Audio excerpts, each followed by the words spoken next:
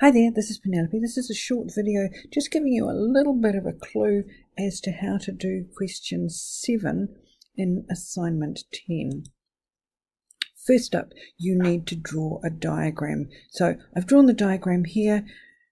It's a cone. We're looking at the slope length. You are given the slope length. Now the slope length is this length there.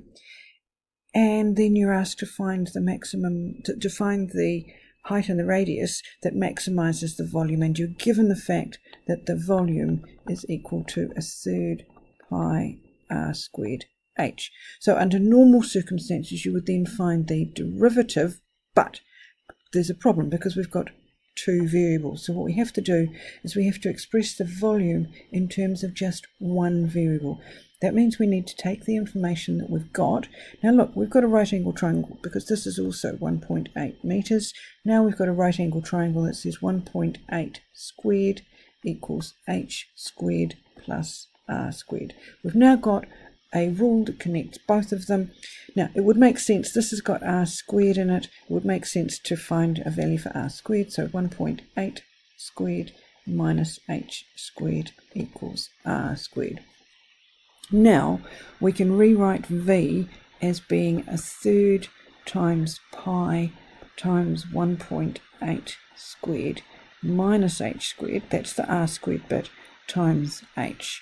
And if you expand that, then you find that v is equal to 1/3 pi times, well, not very pretty, h minus 1/3 pi h cubed.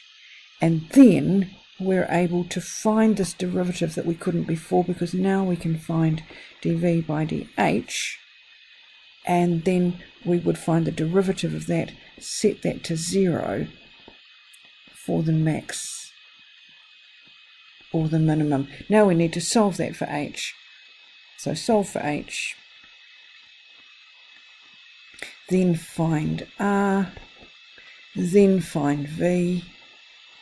Now don't forget also we need to check that it's the maximum volume, because it might be a trick question, by looking at the second derivative.